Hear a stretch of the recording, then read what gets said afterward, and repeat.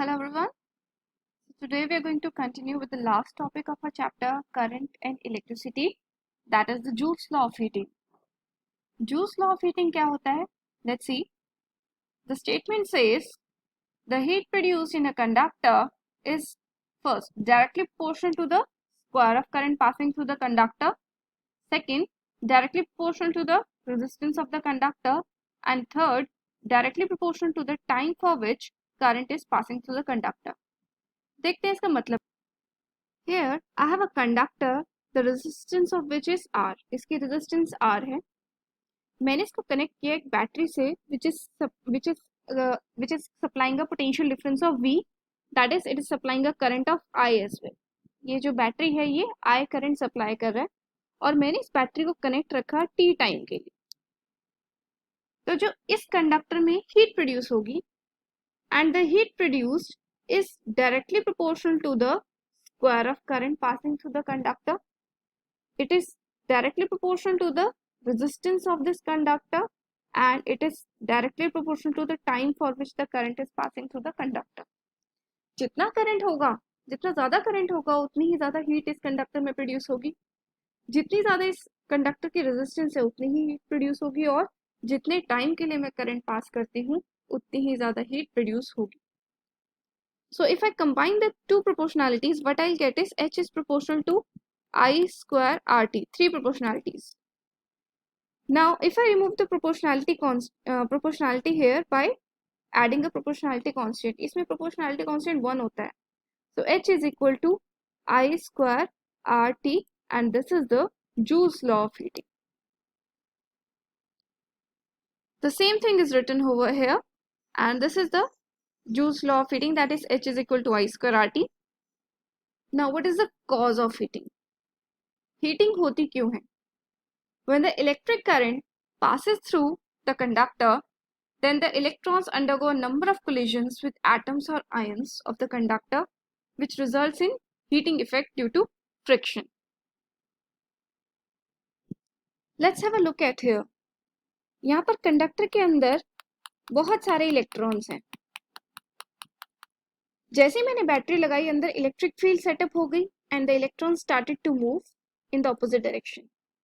Now इस conductor के अंदर ढेर सारे हमारे पास आयंस भी हैं, एटम्स भी हैं. ये इलेक्ट्रॉन्स इनसे कोलाइड करते हैं, डायरेक्शन चेंज करते हैं. Again they start moving in the direction of electric field, again they collide with another atom और इलेक्ट्रॉन. तो ये प्रोसेस चलता है और इन कोलिजन्स की वजह से there is friction between the electron and atom और उस फ्रिक्शन की वजह से हीट प्रोड्यूस होती है. So when I pass a current through the conductor, due to continuous collisions of electrons with the atoms or ions and due to the friction, heat is produced in the conductor. So this is the main cause of heating in a conductor when we pass the current. Let's talk about the next concept, that is power. Power क्या होती है? Work done per unit time. अगर मैं battery की terms में बात करूं, battery की पावर क्या है? जितना बैटरी काम कर रही है per unit time. Let us suppose ये मेरी बैटरी कनेक्टेड है कंडक्टर से. Now it is supplying charge. अब इसमें कितना काम किया? इसके cross potential difference, terminal potential difference, let us suppose इसके क्रॉस पोटेंशियल डिफरेंस है V. Now V is equal to W upon Q. कितना पोटेंशियल डिफरेंस होगा? That will be equal to the work done in letting a unit charge pass through the conductor. कि एक unit charge को ये conductor में से पास करा रही है, उसमें इसने कितना काम किया है वो ये इसका पोटेंशियल डिफरेंस होगा. So from here we can say that W is equal to V times Q. If I put it here, we get power is equal to Q upon T times V and this Q upon T is equal to current, जितना current ही supply कर रही है. इसका मतलब power of the battery is equal to the potential difference across its terminal into the current which it is supplying. So P is equal to VI. अगर मैं Ohm's law लगाऊं और I को V से रिप्लेस कर दूं, V by R, so I'll get V square upon R. और अगर मैं V को रिप्लेस करूं, V is equal to IR, so I'll get I square R. So these are the three formulas for the power. Now if I look from the conductor's point of view, conductor की तरफ से देखें तो power is equal to energy dissipated per unit time. Now this E is can also be written as P into T. What is the power? What is the formula for power? Power is equal to I square R. So we can say that E is equal to I square R T. That is that energy is dissipated in the form of heat. So from here we have derived the Joule's law of heating as well. Now let's come to a few applications of heating effect of electric current. Heating effect क्या होता है electric current का? इसके कुछ applications होती हैं. First application is tungsten is use as a filament of electric bulb. Because what are the main reasons for this? हमारा bulb कुछ इस तरीके से दिखता है और ये जो होता है, ये फिलामेंट जो होता है, किसका बना होता है? टंगस्टन का. ये टंगस्टन का ही क्यों बनाते हैं और किसी मटेरियल का क्यों नहीं बनाते? इसके कुछ रीजंस हैं और ये पूछे जाते हैं एग्जाम में. Let's look at some of the reasons. The first is it has high value of resistivity. देखो जितनी ज्यादा रेजिस्टिविटी होगी उतनी ज्यादा रेजिस्टेंस होगी, and the more is resistance the more amount of heat it will produce. जितनी heat produce होगी उतना ही हाई टेम्परेचर रेज होगा और उसकी वजह से हमारा जो बल्ब है वो ग्लो करेगा, because this material glows at high temperature. So resistivity ज्यादा है, first point. Second point is at high temperature it becomes white hot and emits white light. Bulb का मेन पर्पस क्या होता है? लाइट निकालना, लाइट फेंकना. अगर वो लाइट ही प्रोड्यूस नहीं करेगा तो वो बल्ब का पर्पस सॉल्व ही नहीं होगा. और टंगस्टन फिलामेंट की ऐसी प्रॉपर्टी होती है कि हाई टेम्परेचर पर वो लाइट एमिट करती है, and that is white light. Third reason is it's a ductile material. Ductility मतलब it can be converted into wire. Filament एक वायर होता है, तो जो हम टंगस्टन है उसको वायर में कन्वर्ट कर सकते हैं, इसलिए हम उसको यूज करते हैं. Fourth is it's melting point is very high. अगर मैंने करंट पास किया और वो टंगस्टन मेल्ट हो गया हाई टेम्परेचर होने पे, तो फायदा क्या हुआ? बल्ब खराब, फिर से बल्ब चेंज करो. अगर उसका मेल्टिंग पॉइंट बहुत हाई है, इसका मतलब even at high temperatures it will not melt, और इसका मतलब हमारा बल्ब सही सलामत काम करता रहेगा आगे तक.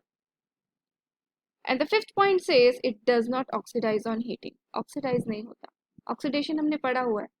Oxidation is a kind of rusting. Iron जो रस्ट होता है that is also process of oxidation, और उसमें वो मटेरियल डिस्ट्रॉय हो जाता है.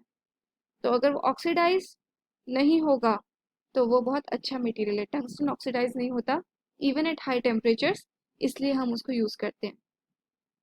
लेकिन काफी टाइम बाद भी वो ऑक्सीडाइज हो सकता है. भाई मटेरियल है, खराब हो जाएगा. तो उसकी लाइफ प्रोलॉन्ग करने के लिए मैं बल्ब के अंदर कुछ गैसेस फिल करती हूँ. Some gases are filled inside the bulb. ये गैस या तो आर्गन हो सकती है या फिर नाइट्रोजन हो सकती है. दोनों गैस में से कोई भी गैस फिल करती हूँ. क्यों? Because they are inert gases. इससे लाइफ हमारे फिलामेंट की बढ़ जाती है. Now let's come to the second application. Nichrome is used as heating element in electrical devices. जैसे इलेक्ट्रिक आयरन होती है हमारी, जिससे हम कपड़े प्रेस करते हैं, उसके अंदर जो हीटिंग एलिमेंट होता है वो नाइक्रोम का बना होता है. Why is it made up of nichrome? Nichrome का क्यों बना होता है? दो रीजंस हैं इसके. एक तो इसकी रेजिस्टिविटी हाई होती है, मतलब रेजिस्टेंस हाई होती है, मतलब ज़्यादा हीट प्रोड्यूस होगी, तभी तो हम अपने कपड़े आयरन कर सकते हैं. Same is the case with electric toaster. Even if I apply small amount of current और हीट ज़्यादा प्रोड्यूस होगी, then it's a good heating device. And it does not oxidise on heating. अगर oxidise हो जाएगा तो हमारा filament जो भी मटेरियल है, एलिमेंट है, वो खराब हो जाएगा.